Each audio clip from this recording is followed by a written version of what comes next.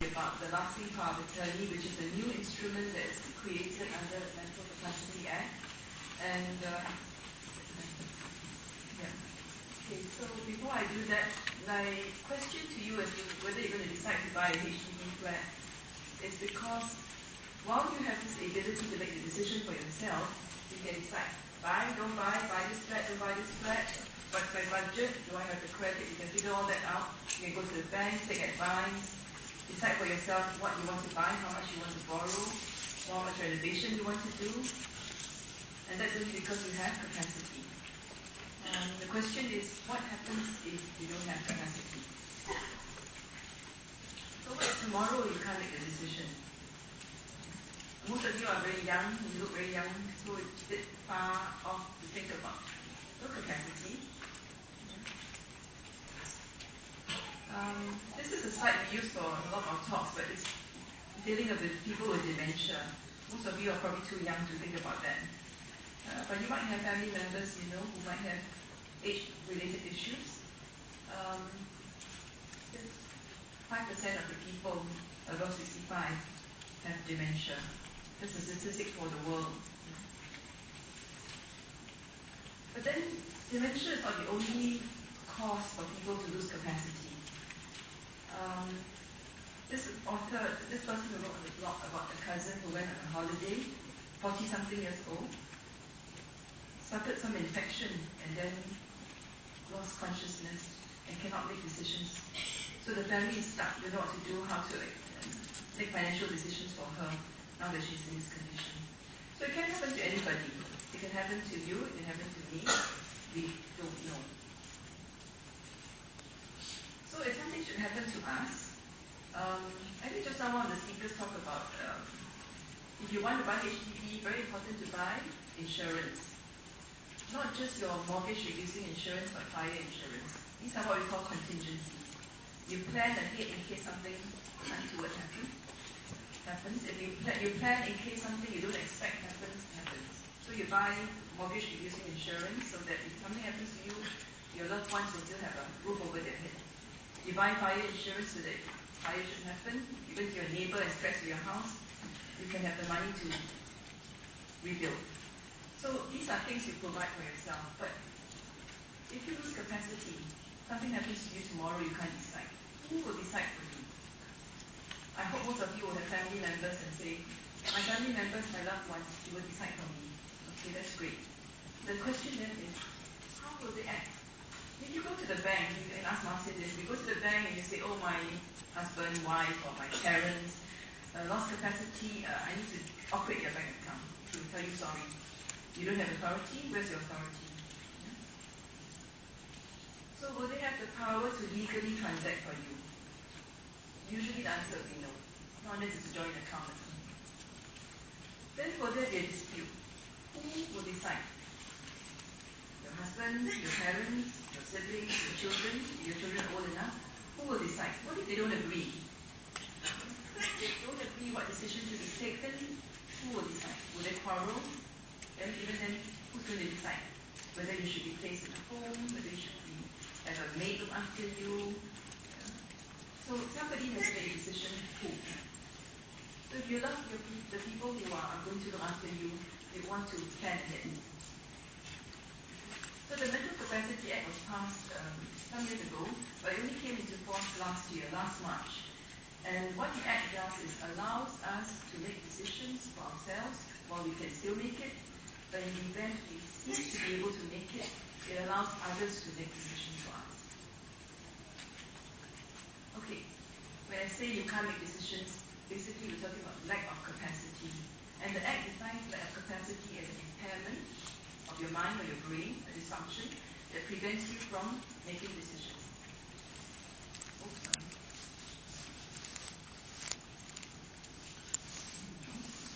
Okay, unable to decide has several components. If you are unable to understand the information for the decision to be made, if you are unable to retain the information, you are unable to weigh the usefulness of the information, and then if you are able to communicate. Say, for example, you're paralyzed, you can't move, you can't blink, your eyes shut, you can't communicate at all. So even if somebody tells you you can hear, but you can't say anything, you can't do anything. If you can't do any of these unable to make your own decisions, you lack capacity. Okay? That's the definition in the Act. Okay, some causes, as I mentioned just now, dementia is a very common. These are some of the causes that we extract from the court orders that we receive. Dementia is the highest percentage of causes, but the close, about 50%, 30% dementia. Another 30% is made up of strokes, accidents. Accidents and strokes are very high. Road accidents, workplace accidents. So we've got quite a number of cases where even young people in their 20s, 30s, who have to be, who lose capacity because of these causes. And then these are, the others are some of the other, mental illness. Mental illness itself doesn't mean you don't have capacity, but certain types of illnesses prevent you from maybe having perception as to what is reality. Then intellectual disabilities. So the Act allows you to, while you have capacity, allows you to make your own decision by making a lasting power of attorney. Okay, we're Singaporeans, we like acronyms, so I'll use LPA for short. This is a legal document, it's a power of attorney. Power of attorney basically is a document which empowers someone to do something for you. So this is a lasting power of attorney, and that is different. It only comes into effect when you lose capacity. So you make it while you have capacity. The person you appoint to act for you only acts when you lose capacity. The Act also provides that if you did not make a lasting power of attorney, the court can act for you. Okay? Also for children who cannot make lasting power of attorneys, if they have intellectual disability, for example, or they become sick and something happens to them and they have some brain damage, they can't make decisions for themselves, and even when they reach 21, they're not likely to be able to make decisions for themselves. The court can make decisions for them. So it means you must go to court, apply to the court and say, I need a decision made, can you please make a decision for this person? If there's going to be a series of decisions or long-term decision making, the court can appoint a deputy. A deputy is somebody the court appoints to make decisions for you, and the deputy can act for you in your case. But this only happens when the person has lost capacity and cannot make his own decision and has not made a lasting power of attorney. Okay, what decisions can they make? It really depends on the document. So what you provide in your LPA or what is provided in the court order. There are two broad areas. One is personal welfare and the other one is property and affairs. Personal welfare, what is that? If you have to decide where to live, do you live with daughter A, son B, do you live in a nursing home, you go to this hospital, that hospital, do you have medical treatment, and so on. Day-to-day decisions, what activities you take part in. Property and affairs, I think that's quite easy to understand. Whatever you own, whatever money you have, financial matters, your HDB, your CPF, your insurance, decisions like that. Okay, even though you appoint somebody, the person you appoint is called a donee. Okay, you are the donor because you give the power to the person who receives it is a donee. If the court appoints a deputy, then the person is a deputy. There are certain things that they can't do for you. Excluded decisions. This one no one can decide for you. First, marriage. No one can agree to get married for you on your behalf. You are not, but some parents who have got children, they do that. Touching on the sexual nature, I think it's more than, not just only rape, but touching sexual nature. They can't divorce, they can't agree to divorce on the ground of 3 years separation. They can't agree to consent to adoption. They can't agree to change of religion, change of gender. Human organ transplant, you know in Singapore we have a human organ transplant, I think it's an opt-out, right? So you have taken to have agreed to donate your organ should you die. And if you don't want, you must opt out. If you didn't opt out and you lose capacity, no one can decide for you. Advanced Medical Directive, what is that? Who knows what AMD? No, AMD. Advanced Medical Directive is a document designed to say that if anything happens to you, you're terminally ill and there's no hope for you, you don't don't want any artificial life-sustaining treatment. You can do that under the Ministry of Health. Medical research, there's also another statute which says that you can donate your body for research after you die. So no one can do that for you if you haven't chosen to do that. Sterilization, they can't say, okay, sterilize you while you have no capacity. That will be under the Voluntary Sterilization Act, which is a different statute. They cannot agree to abortion, and then they cannot vote for you. Okay? That is a still question everybody said, no voting. Okay, next. Restrictions. There are a lot of restrictions that they can't do, but I'll just highlight a few. They cannot decide to take or refuse medical treatment for you, not unless you expressly allow them to do so under the LPA. So the LPA must say they have expressly got this power to do so. Otherwise, it's no. Then they cannot make wills for you, cannot make CPF nomination, cannot alter that for you, cannot revoke them. They cannot make gifts also, not unless you expressly allow them to make gifts. The idea is really that when you lose capacity, your income earning capacity has gone. So whatever you own should be used for your maintenance for as long as you live. Deputies, the restrictions on deputies are similar. There are some additional ones. Of particular interest would be they cannot prohibit people from seeing you. If they don't want to let some A or B see you or have contact with you, they must take their court order. Okay, I don't know if some of you have read previous stories. Very unfortunate. Mother lost capacity, 3 children.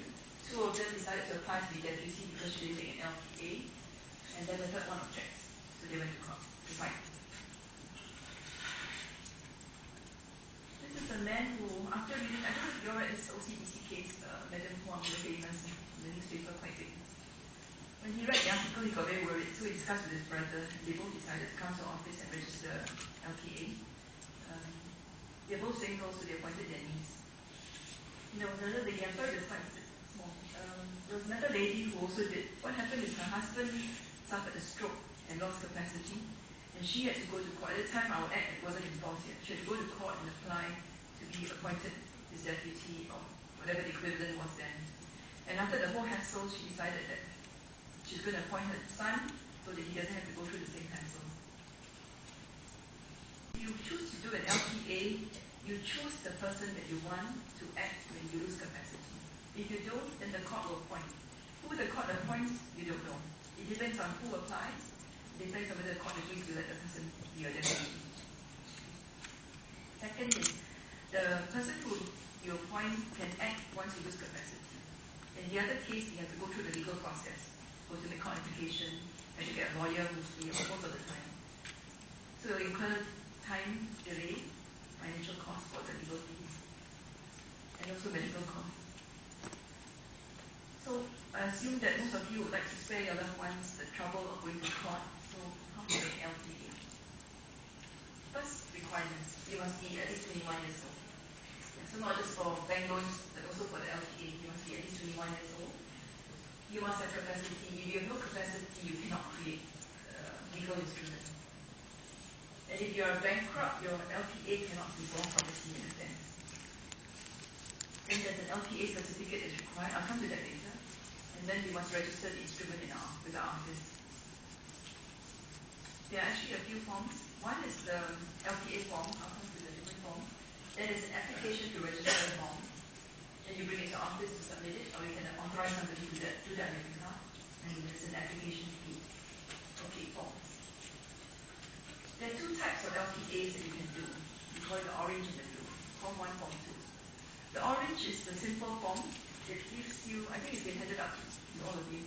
It gives you a very straightforward document. If you completely trust the person that you're going to appoint, you give them very white powers. Very, very white. I warn you, it's very, very white. Okay? You can either decide to give them property affairs or personal welfare. Or you can give them both. Form 2, which is the blue one, is something you can tailor-made. But because it's a legal instrument, you should go to a lawyer. You have to go to a lawyer for them to draft it for you. Okay? So 2 forms. The fee for the form depends. Form 1, if you're a Singapore citizen or PR, is $30. Otherwise, whether it's Form 1, Form 2, it's going to be $200 for the application fee. I'll run through the rest of it very quickly because if you really are interested, we actually have LPA workshops for those who want to know. Something to consider. Who to appoint? How many people to appoint? And then you can appoint replacement. So I'll appoint my husband, but if something happens to him or he dies, then I'll appoint my adult children. What powers must you give? And if you have more than one donee, how are they going to act? The last one I'll come to a little later. Okay, who to appoint? This is the most important. Most of the people that come to our office to apply so far appoint their spouse, children, siblings, parents, friends. Yeah? So people are close to you. But what is really important to me, I think is really important, is you must be someone who is trustworthy, reliable, and if possible also competent, especially if you have complicated assets. And someone who will act in your best interest. Someone you know that if something happens to you and you're defenseless, you're vulnerable, they will not take advantage of you. The person must be at least 21 years old. And if it's for property and affairs powers, he must not be a bankrupt. And he also knows you, what you like, what you don't like, what your beliefs are, so that when he makes decisions for you, or she makes decisions for you, they will make it close to what you want. Okay, you can appoint more than one donee, I mentioned just now. You can also appoint replacement. Yeah? If you appoint more than one donee, okay, let me deal with the powers first. As I mentioned just now, Form 1 is very wide powers. Page 1 deals with personal welfare, page 2 property and affairs, and then you can impose certain conditions in either of them. If you have more than one donee, then you must specify must they act jointly or must they act jointly and severally. What it means is jointly means they must act together. If one of them doesn't agree or one of them is no longer around, the other person cannot act alone. Yeah? So if you appoint people jointly, it's better to appoint a replacement in case one person dies or is no longer available. Okay, then name person. This is a safeguard. If you think that you're going to appoint to your best friend, but the rest of your family is going to complain after that, it's better for you to tell your family in advance. When you're going to apply, you tell them, you give them notice. So you name them in your LPA, because when you name them, they are allowed to object. So they can object if, say, for example, you have no capacity and someone made you sign it. So they can come and object. So it's better they object now while you have capacity, right? And you lose capacity and you might be a donee. So that's the person to be notified. I mentioned just now the LPA certificate. This is also a safeguard. You must get an LPA certificate, which is a certificate signed by either a lawyer, a general practitioner who's accredited by our office, or a psychiatrist for cases which are a bit more complicated. So this person will check with you that you understand what you're doing voluntarily, no one forced you, no one influenced you, you're doing it on your own accord, you know what you're doing, yeah? How much power you're giving, who you're appointing, things like that. This is a safeguard because this is a new instrument and we don't want people to just get and hoodwink somebody who's very vulnerable to make them sign things. Okay, then there's the prescribed information at the beginning, the cover page. It's very important to read because it tells you what the LPA does. Okay, so many words, so boring, so we give you a picture. Okay, how to go about registering.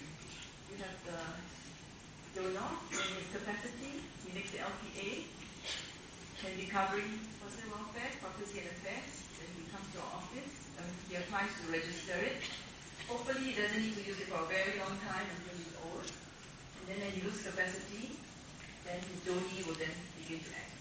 Okay, the donee can act only when there are decisions to be taken for which the donee has powers. And then the donee must act in his best interest. Not in the donee's best interest, but the donor's best interest. Revocation. As long as you have capacity, if you don't like the person you appoint, you can cancel, revoke. Automatically, when certain things happen, also your LPA is revoked. Disclaimer, that means the donee doesn't want to act. Maybe you don't want to be your friend anymore. Don't act. Death, of course, death because the person is no longer around. Divorce, if you choose your donee to be your spouse and you go through a divorce, automatically it comes to an end. unless you say so in the LTA. Form 1 doesn't allow you to opt out or opt in. Then the donee also loses capacity.